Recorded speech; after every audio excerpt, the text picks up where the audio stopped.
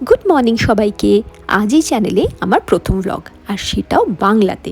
তার পিছনে একটা খুব সুন্দর কারণ আছে জানেন। আমি যখন এই চ্যানেলে শর্টস আপলোড করি, মা বেশ অভিযোগের সুরেই বলেছিল, তুই সব কিছু ইংলিশে কেন করিস, বাংলায় করতে পারিস না। মা তো কোনো দিন কিছু আবদার করে না, তাই যেদিন করলো সেদিন আর না শুনে পারলাম না। তাই মার আবদার রাখতে আর আমার চোখে লন্ডন ঘুরতে চলুন বেরিয়ে পড়ি। লন্ডন থেকে আমি যেখানে থাকি মানে রেডিং টাউন থেকে একটা সুপার ফাস্ট ট্রেন নিতে হয়, যেটা যায় লন্ডন প্যাডিংটন স্টেশন। প্যাডিংটন একটা সেন্ট্রাল স্টেশন হিসেবে ভাবতে পারেন, যেখান থেকে 4টে টিউব লাইন আর অনেক রিজনাল ইন্টারসিটি কানেকশন স্টার্ট হয়। আমরা আজ নেব বেকারলু লাইন। আন্ডারগ্রাউন্ড অর টিউব লন্ডনে ট্রাভেল করার একটা ফাস্টেস্ট অপশন, কিন্তু অবশ্যই খেয়াল রাখবেন নেমে পড়লাম শার্লক হোমস খ্যাত বেকার স্ট্রিটে। ওখানে জুবিলি লাইনে চেঞ্জ করে যাব আমার ফাইনাল গন্তব্যস্থল সাদারকে, যেখান থেকে মাত্র 10 মিনিট ওয়াকিং ডিস্টেন্সে আমার খুব পছন্দের ক্যাফে দ্য টেবল। এখানে জানেন ব্রাঞ্চ কথাটা খুব পপুলার, খুব সরল বাংলায় যার মানে করলে দাঁড়ায় ছুটির দিনে দেরিতে ঘুম থেকে উঠে দেরিতে ব্রেকফাস্ট বা আর্লি লাঞ্চ। তাই এখানকার ক্যাফেগুলোতে ব্রাঞ্চ স্পেশাল মেনুও থাকে, যেখান থেকে আমি নিয়ে নিলাম pineapple pair ginger juice. Trust me, জুসটা ভীষণ রিফ্রেশিং ছিল। এরপর ছিল একটা চিকেন ওয়াফেলটা সুইট হলেও তার সাথে এই ক্রিস্পি চিকেন আর ব্লু চিজের সেভারি ড্রেসিংটা দুর্দান্ত কম্বিনেশনের ছিল। আপাতত অনেকক্ষণের জন্য পেটটা ভরা, তাই মনও খুশ। চলুন হাঁটা দেওয়া যাক লন্ডনের রাস্তায়। সাদাক থেকে এক বাসেই চলে আসা যায় ওয়াটারলু, যেখানে এই বিশ্ববিখ্যাত লন্ডন আই। আমি নিজে কোনোদিন না উঠলেও শুনেছি উপর থেকে লন্ডনের বার্ডস আই ভিউটা সিম্পলি অসাধারণ লাগে। লন্ডন আই থেকে নিয়ে ওয়েস্টমিনস্টার ব্রিজ ক্রস করে ওপারে big Ben, London parliament, up till Buckingham palace, mostly সব গভর্নমেন্ট অফিসিয়াল বিল্ডিংয়ের এরিয়া। বিশ্বাস করবেন, এই রুট ধরে মানে থেমসের পার ধরে লাস্ট 2 বছরে কতবার হেঁটেছি, কিন্তু সামহাও এই ভিউটা কোনো দিন পুরনো হয় না। লন্ডনে আরেকটা খুব পছন্দের অ্যাট্রাকশন হলো এখানকার পার্কগুলো। সবুজে ঘেরা ফুলে ভরা এই পার্কগুলো আমি আসলে কোনো দিন মিস করি না। আজও ভেবেছিলাম সেরকমই একটা পার্ক, সেন্ট জেমস পার্ক, যেটা বাকিংহাম প্যালেসের খুব কাছে, ওখানে যাব। কিন্তু গিয়ে দেখি এখানে তো প্যারেড হচ্ছে। কিসের প্যারেড জানতে চাইলাম এক লোকাল পুলিশের কাছে। উনি বললেন এটা কিংস বার্থডে প্যারেড। জুন মাসের 3টে উইকেন্ড পরপর এই সেলিব্রেশন হয়, যেটাকে ট্রুপিং দ্য কালার্সও বলে। এখানে হিজ ম্যাজেস্টির পার্সোনাল ট্রুপের 1400 অফিসার এবং সৈন্য, 200-র বেশি ঘোড়া, approximately 400 musician from different bands perform করে। আজও সেটারই একটা ডিসপ্লে চলছে।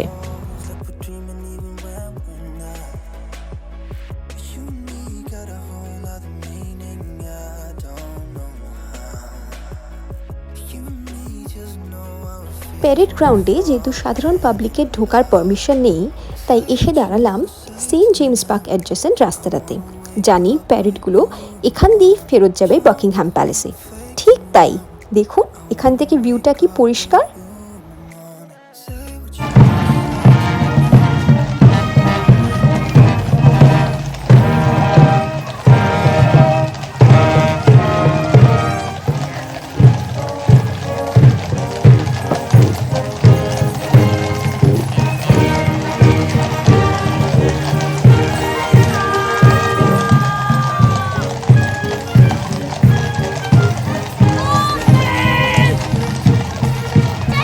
ছোটবেলায় পড়া হামটি ডামটিতে all the king's horses and all the king's ম্যানের কথা আজ খুব মনে পড়ছে। আর মনে পড়ছে 15th অগস্ট বা 26 jan হলেই আমার টিভি খুলে প্যারেড দেখতে বসে পড়া। সেই থেকেই প্যারেডগুলোর প্রতি একটা অদ্ভুত আগ্রহ। কোনোদিন কলকাতার রেড রোড বা দিল্লির কর্তব্য পাথে যাওয়া হয়নি ঠিকই, বাট এইখানে এই প্যারেড দেখে চোখ আর মন উভয়কে সান্ত্বনা।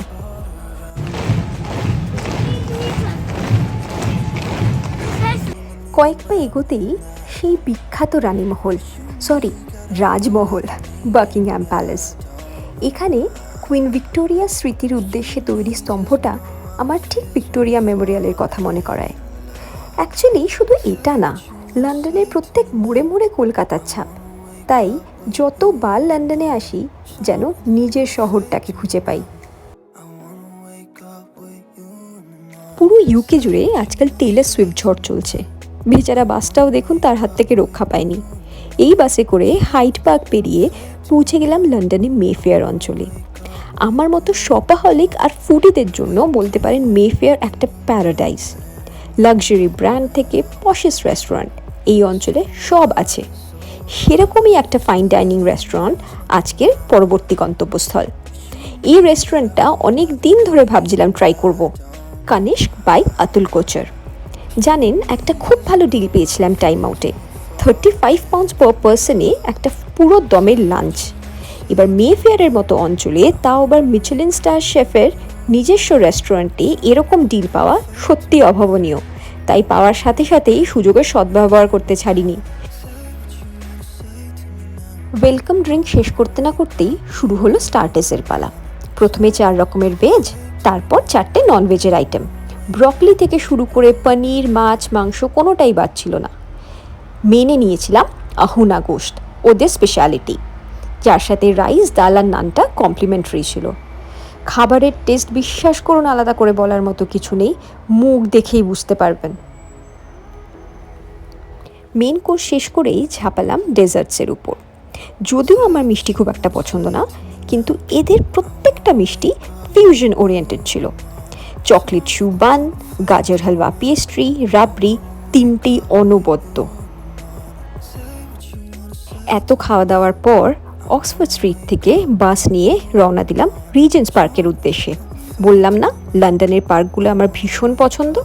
যদিও আরেকটা কারণ ছিল, এরকম পেট পুজো করার পর খাবারটা হজমও তো করতে হবে, তার জন্য একটু হাঁটাহাঁটির প্রয়োজন আছে। আর রিজেন্টস পার্কে আসলে বিশ্বাস করুন, একটুটা অনেকটা কখন হয়ে যাবে বুঝতেই পারবেন না। বিভিন্ন রকমের ফুলে কি সুন্দর চারদিকটা সেজে উঠেছে না? এই হচ্ছে এখানকার বৈশিষ্ট্য। স্প্রিং থেকে শুরু হয়, মানে এই ধরুন মার্চ এপ্রিল মাস থেকে প্রত্যেকটা মাসের একটা নিজস্ব স্পেশালিটি ফুল থাকে। জুন মাসটা যেরকম গোলাপের, তাই এই বাগানে টোটাল 85 রকমের বিভিন্ন জাতের গোলাপ।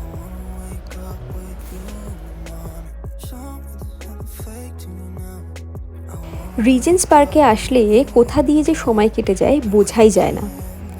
ওই দেখুন, পার্কের মধ্যে তার নিজস্ব ঝর্ণা, কি সুন্দর না? আবার ওই দেখুন, মা রাজহাঁস তার ছেলে মেয়েদের নিয়ে কি সুন্দর রোদ পোহাচ্ছে। অনেক খাওয়া দাওয়া ঘোরাফেরা হলো, এবার বাড়ি ফেরার পালা। দিনের শেষে নিজের ঘরে নিজের গাছপালা আর বইগুলোর কাছে এসে কি শান্তি না? আজকের ব্লগটা চলুন তাহলে এখানেই শেষ করছি। ভালো লাগলে একটা লাইক আর সাবস্ক্রাইব করে দেবেন। বাই।